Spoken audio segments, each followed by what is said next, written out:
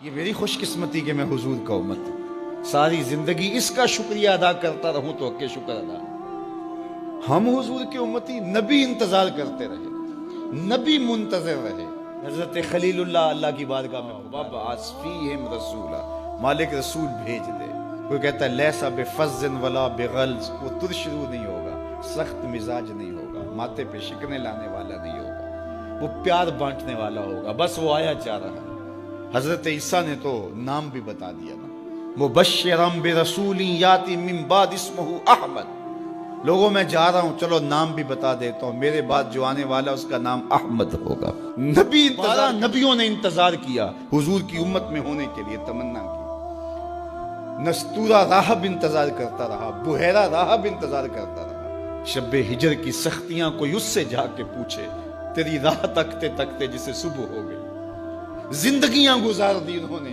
سلمان فارسی کی کہانی سن لو، مجوسی کے بیٹے تھے، حق کی طلب میں نکلے، باپ نے گھر سے نکال دیا، ایک پادری کے پاس جا کے رکے، زندگی بھر اس کی نوکری کی۔ جب اس کا آخری وقت آیا، اس نے کہا میری تدفین کے بعد غموریا چلے جانا، وہاں کا پادری خدا رسیدہ ہے، تجھے اس سے کچھ مل جائے گا۔ کہتے میں وہاں سے اس پادری کی ساری زندگی خدمت کی۔ جب وہ مرنے لگا تو اس نے کہا کوئی ایسا شخص نہیں ہے جس کے پاس اب میں تجھے بھیجوں، لیکن نبی آخر الزماں کے ظہور کے لمحے آ گئے۔ تو یہاں سے یثرب چلا جا، وہ اس نبی کی ہجرت گاہ ہوگی، تیری زندگی سنور جائے گی، تو نے بڑی محنت کی ہے، بڑی نوکری کی ہے میری۔ کہتے میں نے اس کو کہا کہیں ایسا نہ ہو میں دھوکہ کھا جو مجھے کوئی نشانی بتا دے۔ اس نے کہا 3 نشانیاں، ایک صدقہ نہیں لے گا، دوسرا ہدیہ رد نہیں کرے گا، تیسرا 2 کندھوں کے درمیان مہر نبوت ہو۔ کہتے ہیں میں نے اس کی تدفین کی، یثرب کی جانب جاتے ہوئے ایک قافلے میں شامل ہو گیا۔ انہوں نے مجھے پکڑ کے اپنا غلام بنا لیا، لیکن میرے پہ مہربانی یہ کی کہ مجھے بیچا جا کے مدینے میں۔ ایک یہودی نے مجھے خرید لیا، میں اس کے باغ میں گوڈی کرتا تھا، کام کرتا تھا، کھجوریں توڑتا تھا، لیکن میں انتظار میں تھا کہ کبھی وہ نبی آخر الزماں آئے تو مجھے دید ہو، کبھی عرش پر، کبھی فرش پر، کبھی ان کے در، کبھی در بدر۔ غم عاشقی تیرا شکریہ، میں کہاں کہاں سے گزر گیا۔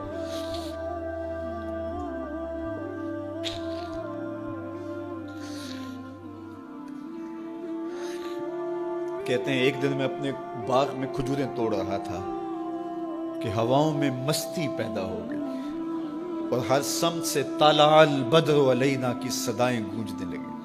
میں سمجھ گیا کہ وہ لمحے آ گئے، میں نے چھلانگ لگا دی اور دوڑ پڑا۔ میرے آقا نے سمجھا شاید غلام بھاگ گیا، اس نے دوڑ کے مجھے پکڑ لیا۔ میں نے اس کو کہا کہ میں نوکر تیرا ہی ہوں، لیکن دل نوکر کسی اور کا ہے، میں بھاگوں گا نہیں، مجھے جانے دے۔ میں کچھ کھجوریں لے گیا تھا صدقے کی نیت سے، جا کے حضور کو پیش کی۔ آقا کریم نے فرمایا ہم نبی صدقہ نہیں لیتے۔ کہتے ہیں نشانی ایک پوری ہو گئی۔ کہتے ہیں کہ میں کچھ دنوں کے بعد اور کھجوریں لے گیا، اور میری نیت ہدیہ کی تھی، میں نے پیش کی، حضور نے قبول فرما لی۔ لیکن میں بھی کہتا تھا تیسری نشانی بھی پوری ہو لے تو پھر مانوں گا، اور وہ کیا تھی؟ 2 کندھوں کے درمیان مہر نبوت۔ کہتے ہیں ایک دن حضور میرے باغ میں آئے، اور آقا کریم نے اپنے مبارک کندھے پہ چادر رکھی ہوئی تھی، اور چادر کی اوٹ میں مہر نبوت چھپی ہوئی تھی، اور میں پیچھے ہو کے دیکھتا تھا، اور میری آرزو یہ تھی کہ کوئی تیز جھونکا ہوا کا آئے اور چادر ہٹ جائے اور میں مہر نبوت کی زیارت کر لوں۔ حضور میرے ارادہ قلب سے آگاہ ہوئے، فَأَلْقَى إِلَيَّ رِدَاءَهُ، حضور نے چادر اتار کے میری جانب پھینکی، اور پھر ایسے رخ کر کے فرمایا انظر الی ما امرت بہ، اس پادری نے جو بتایا تھا دیکھ لے آ کے۔ تو کہا میں نے دیکھا کہ حضور کے کندھوں کے درمیان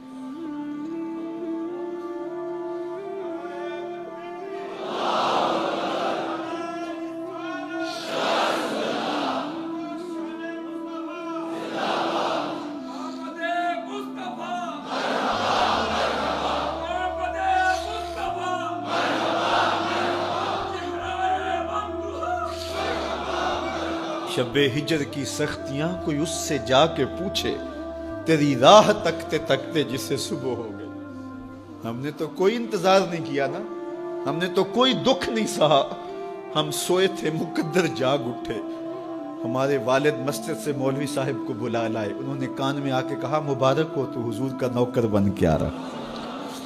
میرے والد گرامی ایک شعر جھوم کے پڑھا کرتے تھے، محمد جانے جانا ہے پیغمبر ہو تو ایسا ہو، رسولوں کی بشارت سے مبشر ہو تو ایسا ہو، امر توقیر کا سب کو موکر ہو تو ایسا ہو، کیا ہم کو غلام ان کا مقدر ہو تو ایسا ہو۔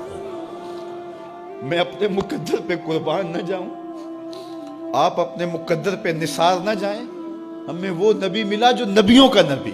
بنو سعد کے مقدر بھی جاگ اٹھے، اللہ اکبر، کیا وہ خوش نصیب وادیاں تھیں، کیا وہ خوش بخت پہاڑ تھے بنو سعد کے، جہاں حضور نے زندگی کے ابتدائی سال گزارے۔ اللہ اکبر۔ حضرت حلیمہ سعدیہ کہتی ہیں جب میں حضور کو گھر لے گئی تو میرے گھر میں روشنیاں آ گئیں، باقاعدہ عورتوں نے کہا حلیمہ تو اتنی امیر ہو گئی ہے رات کو بھی دیا نہیں بجھاتی۔ بڑے امیر کبیر گھرانوں میں بھی رات کو لوگ دیا بجھا دیا کرتے ہیں، لیکن تو اتنی ہی امیر ہو گئی ہے کہ رات کو بھی تیرے گھر کا دیا نہیں بجھتا۔ تو حلیمہ سعدیہ نے کہا آؤ میں تمہیں بتاؤں میرے گھر میں دیا کون سا روشن۔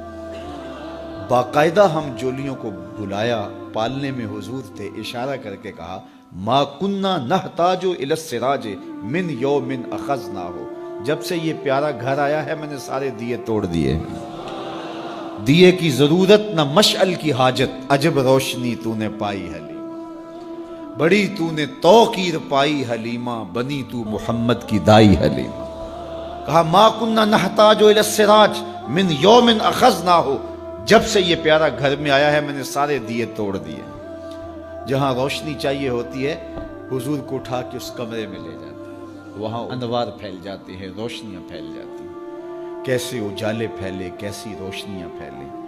حلیمہ دا چھپر کھجوری دے تھلے، حوراں وچھالے نوری مسلے، فرش تو عرش تک پہ گئی دہائی، حلیمہ نے لٹ لئی خدا دی خدائی۔ اللہ اکبر۔ وہ سارا دن تو صحراؤں میں گھوم لیتی تھی، اسے جب بھوک لگتی تھی لبوں کو چوم لیتی تھی۔ بخت جاگے حلیمہ سعدیہ کے کہ حضور ان کے گھر آئے۔